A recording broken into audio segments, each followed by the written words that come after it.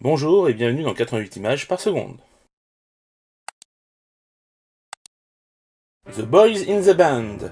Cette adaptation de la première pièce de théâtre homosexuel après une première partie très bavarde et pas la plus intéressante du monde, il faut bien le dire.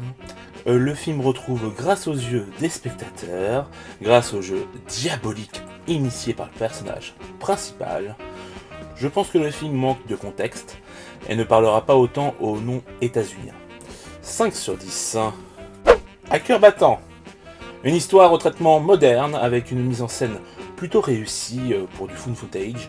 C'est vraiment Judith Shemla et Harry Wartelter qui portent le film. Sans eux, ce ne serait pas aussi réussi. Bref, un petit film sympathique, mais ce n'est pas la folie non plus.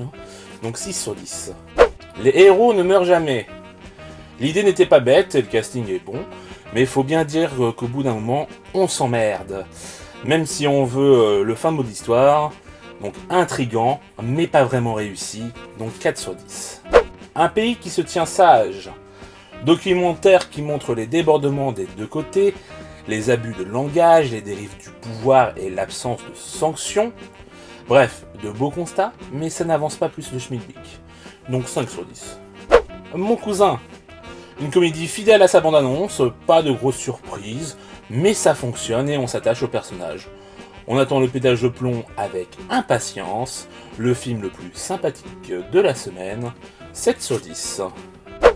Apprenti Papa, film mexicain très proche des téléfilms TF1 ou M6, divertissant mais sans grandes ambitions donc, une réale mécanique, des acteurs loin d'être exceptionnels et une histoire des plus prévisibles.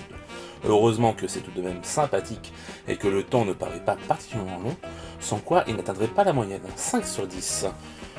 Voilà, c'est tout pour les films de la semaine. Donc vous avez eu pas de vraie fulgurance, encore une fois. C'est vrai que sans les blockbusters américains, c'est pas vraiment ça. Et puis au niveau film d'auteur, on n'a pas forcément des merveilles en ce moment non plus. Donc l'un dans l'autre.